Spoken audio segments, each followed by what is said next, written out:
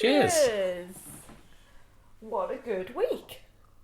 There's been so many good things out this week. I'm really excited for cinema and for television. I just feel like intellectually stimulated. I don't know whether that's And you've not even seen the New Mutants yet. Yeah. No, I haven't. I was about to say, I don't know whether that's from Tenet, from having my mind blown by Tenet, that it's given me so much to think about, and I've been rattling around trying to find podcasts of other people talking about Tenet, which has led me to podcasts I hadn't heard before. I know a really good one. Yeah, so do I. But just listening to us going, what was it all about? Yeah. Probably isn't the best way to spend my day. I mean, you do this. This isn't a criticism of you.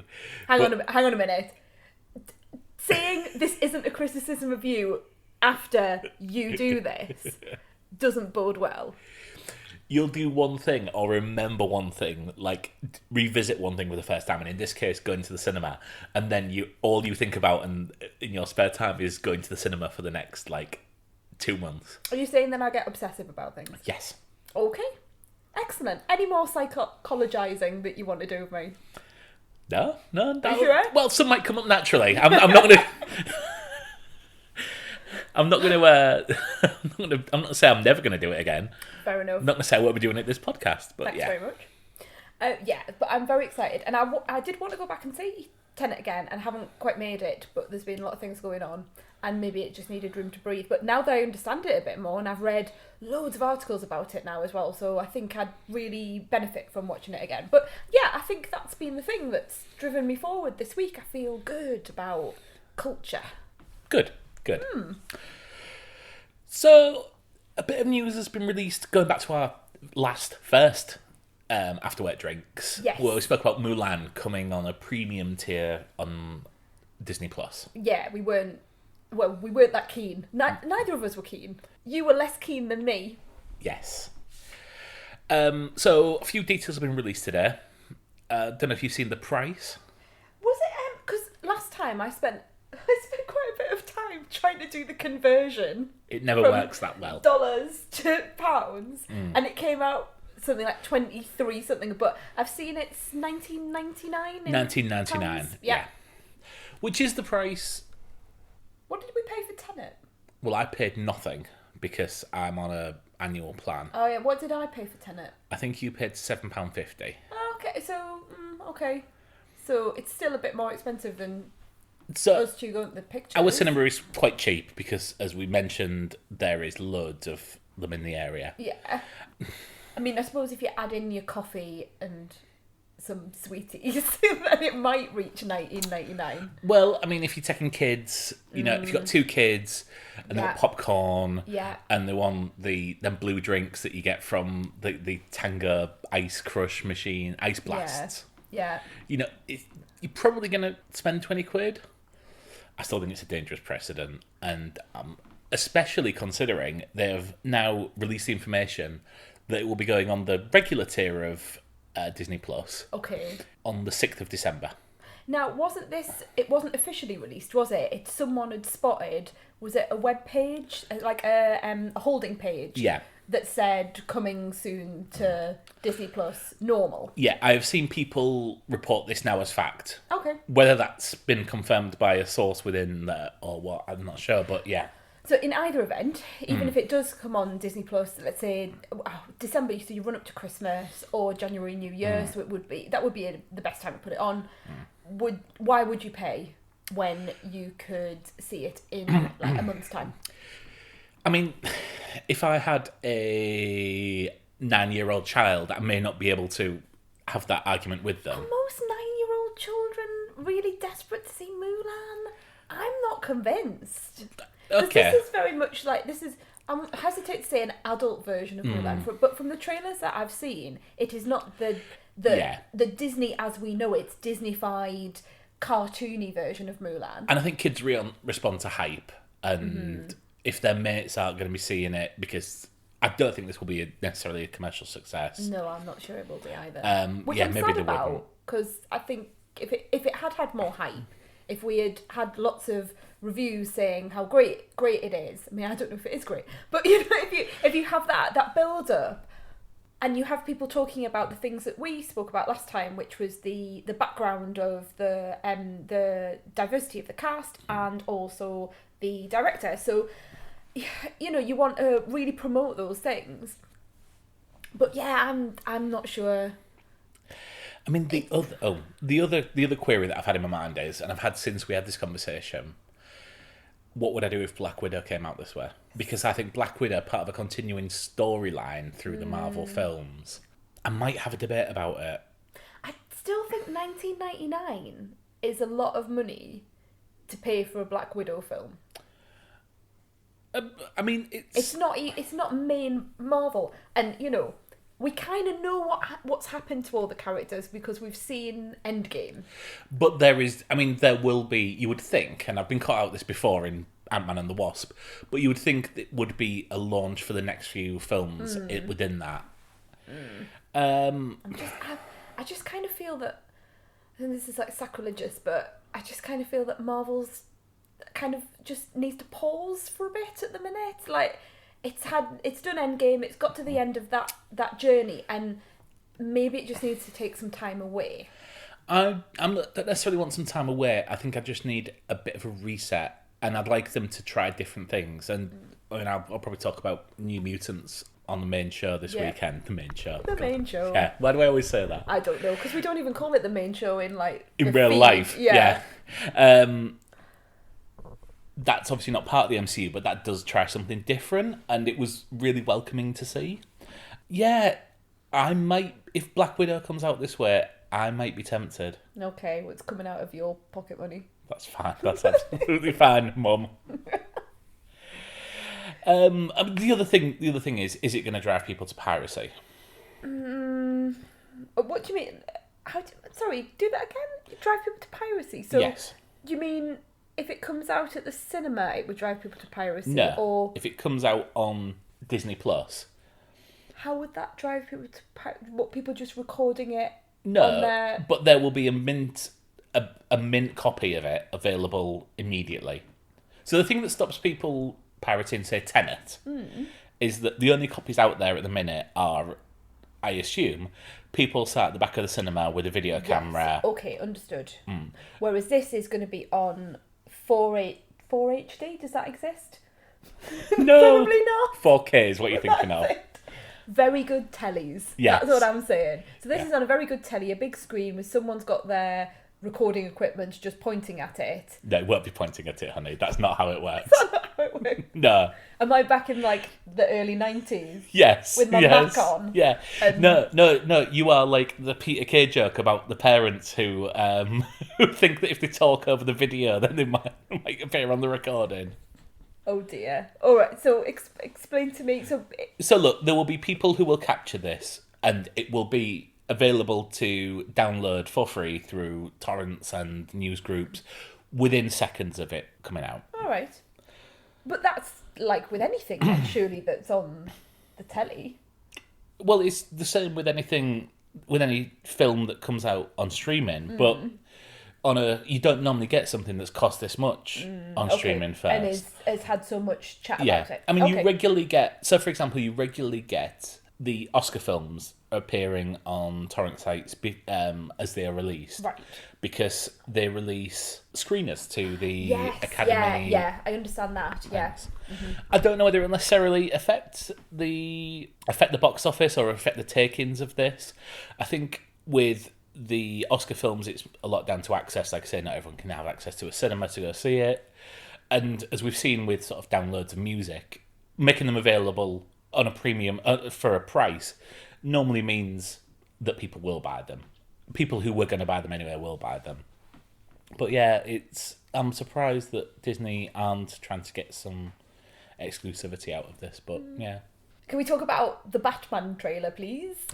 Yeah, you went crazy about this for 24 hours. You've gone crazy over 2 different trailers for 24 hours over the last couple of weeks. So I'm really sorry. But also, isn't it good to be excited about cinema again? She said. But Mark says, maybe I've been told off for psychoanalyzing you over this. Maybe for the first couple of days, but not now. Yeah, I didn't know it was gonna. I was gonna use the word drop, but that's only for young people. I didn't know it was going to appear. Be released. Yeah, that'll do. I didn't know anything about this DC fandom. Yeah. And I say that because at first I thought it was just DC fandom. And then I realised it was a fan dome. So you went into the dome virtually and you got to see all these things. A bit like Comic-Con. It's a bit like Comic-Con or I think, is it Disney 5 or something like that? I haven't heard of that. But it might be called right. something completely different, but yeah. So people could go online and then all through the day new things were being released. And the Batman trailer, this sort of teaser trailer, although I felt it was quite an extensive I think this is not an extended trailer, came out, and to begin with I wasn't really that bothered. I'd seen some of the filming of Batman up in Edinburgh because they filmed in a graveyard up in Edinburgh. Yeah. That's always interesting when they're filming sort of, let's say, near us.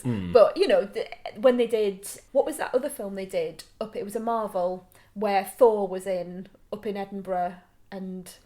Avengers. Yes! Yeah, but... Infinity War. That's it, yeah. Why are you looking at me like that? It's a bit, yeah, like the biggest film of all time. Well, it's not.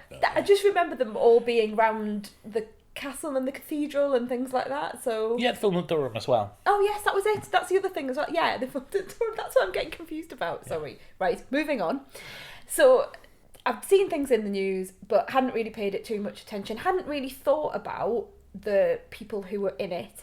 And sort of went, Robert Pattinson, that's an interesting choice, and then sort of left it alone. This trailer just blew my mind. I know we said that about Tenet. I know Robert Pattinson's in Tenet. There's lots of little links, but this was it. Like I said to you, and I said to Uncle John, who came and babysat the other night. I said to you both, like I had a physical reaction to this trailer. I don't know whether it's because I'm just so unused to now seeing new things, and when something new comes out, you just get really excited. But it was so dark. It was like David Fincher doing Batman, and I loved it. I absolutely lapped it up. I cannot wait for this film. You've got a face on? Yeah, I just thought it was a bit... Yeah. Really? Yeah.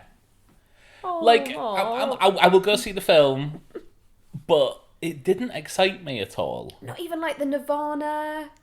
I think it's a really good use. I mean, like, I grew up as like with Nirvana. Yeah, but really slow. So it was very Westworldy, actually. You know, the way Westworld took modern songs and then sort of slowed them down and put them into different... And that's definitely worked well, hasn't it? Yeah, it worked well to begin with. It was one of the best things about Westworld towards the end, as the change of the songs. Who's directing this, The Batman? It's Matt Reeves. So that's Cloverfield. Cloverfield. Yes. What else has he done? Why can't I think of anything I think else he that did he's a done? really awful remake of Let the Right One In. Oh, yeah, it's Called Let Me In. Let Me In, yeah. He did War for the Planet of the Apes. That's it, Yeah, yes. and Dawn of the Planet and Dawn of the Planet Apes. of the Apes, which were superb films, and I think were really, really underrepresented, and people... I just don't think they gave them credit. Is that the second and third one? Yeah. I think so. Yeah. That makes sense if he's going to do two together. Yes, yeah, okay. Yeah, I think those films are absolutely beautiful and stunning and quite dark as well. But this I just love the idea of a different filmmaker coming in and taking Batman and doing something different. So you had the Burtons and Michael Keaton. You had those fantastic performances with Michelle Pfeiffer as Catwoman. You had Danny DeVito as the Penguin. These were like iconic roles. And then, of course, you've got Joel Schumacher, who comes in and takes it back to almost like the Adam Westness of Batman, and you've got Jim Carrey as the Riddler. You've got I know it's not the greatest performance in the world. I'm not ever going to say it is, but like Uma Thurman as Poison Ivy when you're really going cartoonish. You wanted to say, yeah, I knew you wanted to say something. Arnold Schwarzenegger. So you've got that, and then you have the more recent manifestation of Batman with Ben Affleck, which I don't think has particularly worked, although there are plenty of people out there who absolutely love this era of DC comics, and I think the really quite vocal on social media, but it hasn't been something that I've found particularly appealing. I think Ben Affleck is a better Batman than the films he's been given to be Batman in. Agreed. I just don't need another Batman right now. Even this is so different. He's younger. It's year 2 Batman. He's going to be more of the, the caped crusader, the detective. This is what this is going to be. You have nothing to tell you that. Yeah, I have. Yes, I have. No. This is what this is. All of the information that's come out about this film is that it's Y2. It is all about the detective work. I don't even know what Y2 means. There is a particular... Well, neither do I really, Mark. But that's what I'm reading. That it's like there must be something in the comics that is like he's year 2 Batman. He's just his second year of fighting crime. Please stop laughing at me. I'm laughing at myself. Don't worry. It's year 2. It's year 2. But yeah, because I've read so much about it recently, and like I don't really know it, but I know these like tiny little bits of information. But yeah, I'm just really intrigued by it all. And look at the people who are in it. Look at the cast. I don't like the fact that there's 3 villains in it. I wonder whether it's setting up the villains though. The same as Batman isn't fully formed in this, from what I can understand, that he's still quite early on in his Batman journey. Well, his second year. Yes, thanks, Mark. So you've got Colin Farrell as the Penguin. Yes. Totally unrecognisable in that trailer. People have been going mad for the prosthetics there. Paul Dano as the Riddler.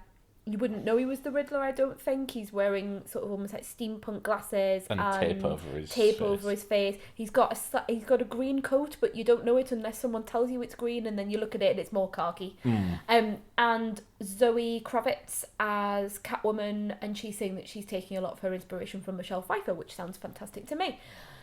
I just think this cast, this director, this Batman has the potential just to make a really, I'm going to use the word intriguing again, just an intriguing time at the cinema.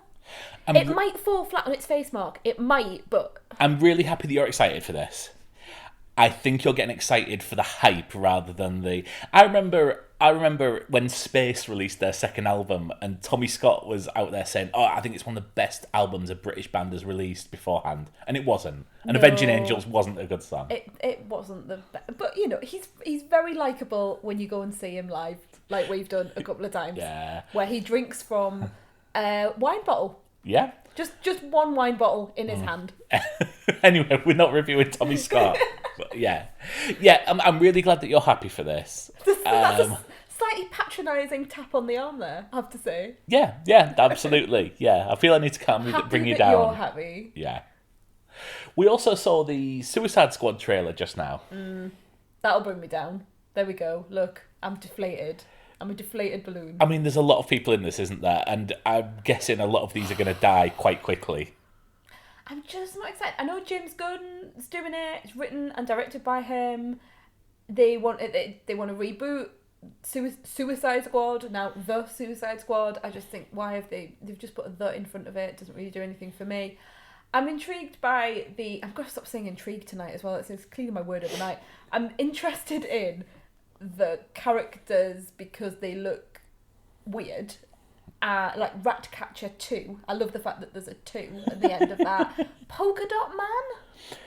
Yeah. I mean, and also the people who are in it. Like, I did clap when I saw John Cena was in it because, who doesn't love a bit of John Cena? John Cena, Michael Rooker. Who's Michael Rooker? Michael Rooker is the guy, I'm going to show you a picture of him. He's from Guardians of the Galaxy. He's from Walking Dead, Merle in The Walking Dead. Yeah. It's from Mallrats, if you've ever seen that, which you probably haven't, but yeah. Viola Davis is obviously in it. And people who were in Suicide Squad are back as well. So Joel Kinnaman and the guy who plays Captain Boomerang. Jai Courtney. That's it. Pete Davidson is also in it. Yes. I've never seen a second of Pete Davidson, but his face looks annoying. I know him from his Love Life. Yes. Because he gets into the papers a lot. Was it? He was going out with Kate Beckinsale for a little while recently. Was he? Yeah.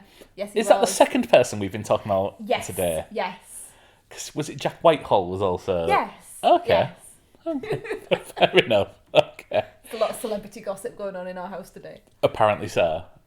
What are your thoughts on this? I think it looks a mess. I trust James Gunn. I trust it will be at least more fun than Suicide Squad was. I thought Suicide Squad was great. I really liked it. I came out of that going, I know it's a terrible film. I know it's been edited to death. It is just a pop video. But I did have a good time with it. Okay. So maybe we'll see what happens with it. When does it come out? Oh, next year. Okay, right. There's not even real No, there's footage not of even it. footage. It's This just was people dressed as superheroes. Yeah, in a comic style. So some of them you didn't even like. One of them was called King Shark, and it was just a comic. It was just like, a shark. It was, yeah. Yeah. Another film that does come out quite soon that I know you got very excited about and we haven't spoke about when the trailer dropped a couple of weeks ago. Death on the Nile. Yeah. You came running up to me saying, "Have you seen the trailer? Have you seen the trailer?" And I can understand one reason why you're excited, but I spotted at least two reasons why I'm not excited for this. Are you talking cast? I'm talking cast, yeah. So let me guess. So you are excited that Emma Mackey's in it? I'm thrilled for her. I'm thrilled for her. The character of Jacqueline de Belfort, which Emma Mackey is playing in Death on the Nile, I love that character, and I think she is going to be amazing in that role. Okay, so for the people who don't know her, Emma Mackey, best known for Sex Education, which we love. She plays Maeve in Yes. Sex Education. And is brilliant in it. She's amazing. And that's the only thing she's ever done. Yeah. Isn't that amazing that Yeah. she's now in this Branagh, in this Christie, in a good role. I'm purposefully not going to give anything away about any of the people in this because the if you haven't seen Death on the Nile, if you don't know the story, you need to go in this knowing nothing. And so, I don't, so yeah. So I'm excited for her. It's a good role. So going through some of the other cast, I want to know who you're excited about and who you weren't. Gal Gadot? Yes. Perfect. I mean, I like her. I mean, she's stunning. Yes. And she's been in films that I like. And she has a beautiful... She has this quality about her, I think. A grace. A grace, an intelligence, a thoughtfulness. This will be... I'm not going to say a good role for her, but this will be a different role for her. Okay. Okay? Armie And Hammer? That's what makes me excited about it. Armie Hammer, I think he'll be perfect if he's playing who I think he's playing, which I know he is. Rose Leslie? Yes, wonderful. Okay. Annette Bening? Yeah. None of these are exciting me, really. Right. Letitia Wright I like, but I wouldn't get excited about seeing her in there. Right. Okay, so now the people who I've got an issue with. Russell Brand. Yeah, and I know the character that he's playing as well. Yeah. I've not ever really gotten along with him professionally or on a personal basis, given some of the things that he said haven't necessarily worked for me. And now I'm going to roll these into one. Yeah, go on then. I don't think you can cast French and Saunders in something together. I think you can. No. Yeah, why not? That is just going to take you out the film. I don't think it will. It's like casting... It's like if in Broadchurch they cast Pauline Quirk and then next door they cast Linda Robson as well. No, I don't think so. I think you're underestimating the acting chops of Jennifer Saunders and Dawn French, and I think, and also to be honest with you, it's an Agatha Christie. It's a good old romp on a boat in the Nile where someone dies. Do you know what I mean? Like, they could channel the spirit of Laurence Olivier. As soon as they walk on screen, it's going to be they're French and Saunders. They did Help with Kathy Burke and Bananarama. Laninunu. Yes. Yes. Yeah. I wasn't singing there, by the way. That was like the name of the band. It was comic relief for anyone who doesn't know what we're going on about. Yeah. It will take you out the film. I'm really not... I really don't understand why they've made that decision. Okay, well, maybe we'll find out when we go and see it. I'm not going to go see it. Are you not going to go Yeah, see it? of course I will. Okay. I thought you've been serious. Oh, you just been grumpy now? Yes, because I am. you don't want to see French and Saunders in a film? That's right, yeah. Okay, Yeah. great. And then just finally, we've seen the trailer for No Time to Die, the final trailer. I feel I should be more excited about this Bond than I am. I think the trailers have given away too much. I haven't seen anything new in them. And I'm saddened by what happened with the production. I was so excited about seeing a Danny Boyle version of James Bond, and I feel saddened with what happened there. I think time is leaving the Bond franchise behind. I think the Mission Impossible franchise is setting the bar higher and higher, and I'm not seeing anything that can compete with that. In some ways, this trailer that we've just watched, which is the new one that's just come out today, Yeah. it felt a little bit more like a throwback to the 60s. The outfits looked a little bit 60-ish, and there were elements of a number of the old Bond films in it. There was plane, there was this thing where they're sort of almost like, when you've got a rope, it's a bit like Pink Panther-esque. You've got a rope and you're climbing up a building, or your legs up, do. Batman. Yeah, that's it. That's exactly it. That's what I'm thinking of. Yeah, I should be excited about this. I'm looking forward to seeing Anna de Armas. Oh, I think she's almost doing some Matrix style fighting in this, which looks amazing. And her with like these two guns is a absolute age away from her character in Knives Out. So she intrigues me, and Bond going up against another 00 that's a woman as well. That makes me very excited. Phoebe Waller-Bridge's additions to the film, that makes me excited. I forgot, yeah, Lashana Lynch. That's it, yeah. Do you know her from... No, I don't. So she plays the friend in Captain Marvel. Oh, of course she does. You've told me this before, and Yes. I never remember that. Yeah, she looks brilliant, and, you kind of wish that she was taking... I kind of wish she had her own film. Yes. That she was free of the Bond title, and actually we saw a spy that was her in her own franchise. I'm concerned about Rami Malek. Oh, I am as well. And obviously he was a late addition. One of the things that I heard, one of the things I heard was that that led to Danny Boyle leaving the film, and of course you never know, do you? And I'm not a film journalist, but was that he had a very specific idea for the baddie, and the studio wouldn't go along with it. And Rami Malek had just won the Oscar for Bohemian Rhapsody, and therefore was Flavour of the Month, so they brought him in after Boyle left. Okay, interesting. It always troubles me that when I think now we've kind of gotten past the idea of the villain with a disfigurement, and that seems to be what we're going back to here. I don't think it works in the modern world. I think we've seen it a million times. I'd like to think that we could get past that. And here we are with a man with a facial disfigurement, and he's the baddie, in inverted commas. I mean, I loved him in Mr. Robot, and I think I was the one person in the world who actually finished that TV show. But, yeah, his acting on the trailer seems more Freddie Mercury than it does Elliot Anderson.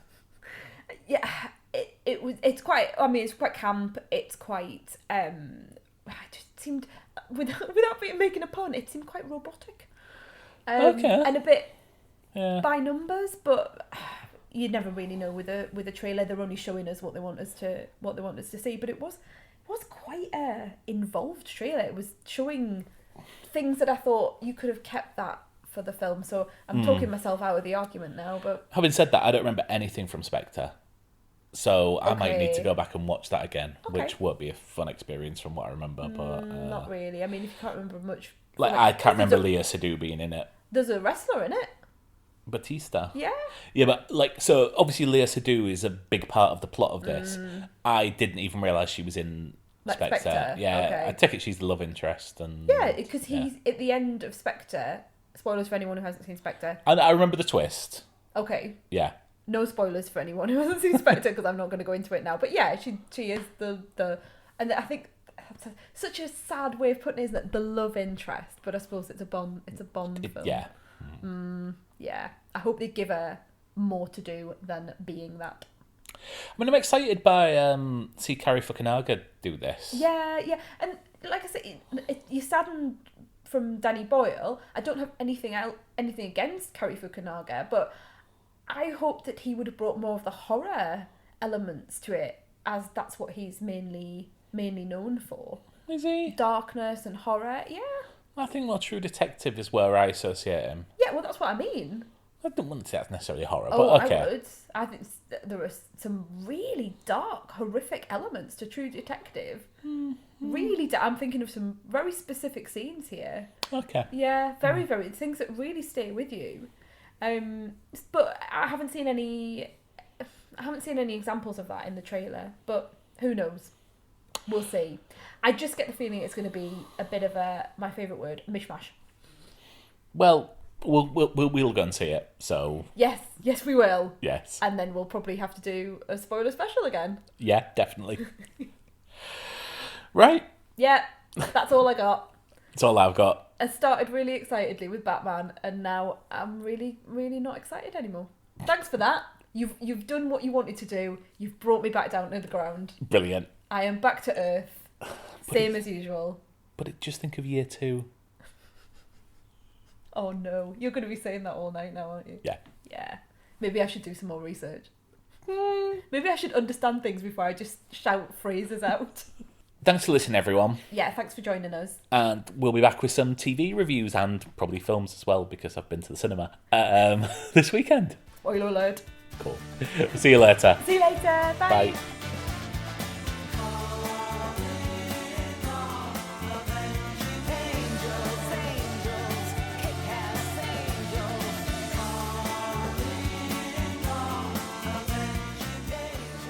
Before you go, just a reminder that you can subscribe to the Honeymoon Period podcast on Apple Podcasts, Google Podcasts, Spotify, or anywhere else you get your podcasts. You can join in the conversation on Facebook, Twitter, and Instagram. Just search for The Honeymoon Pod. Finally, if you like this episode and you think someone else would too, please share it. See you next time.